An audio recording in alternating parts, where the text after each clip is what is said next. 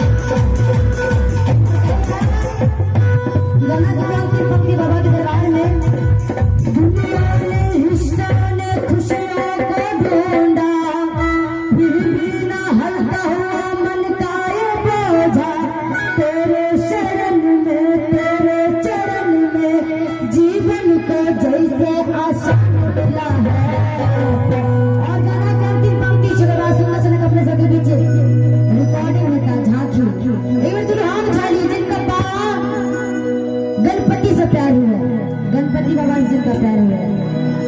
ये चार चीज सबको ने उठा ली और बारले बच्चा को सब दिन संभाल रहा है ऊपर में जो तब वहां का सवाल मिले देते तो किसी ने है ऐसा तो कहीं चोट लगत डॉक्टर में सुइया लगे तो सही हो जाए जब भगवान के ऊपर जमीन है तो इन दर्द दर्द बड़ा ठोकर मिला कि क्यों तो सहारा नहीं रहता वो तो क्यों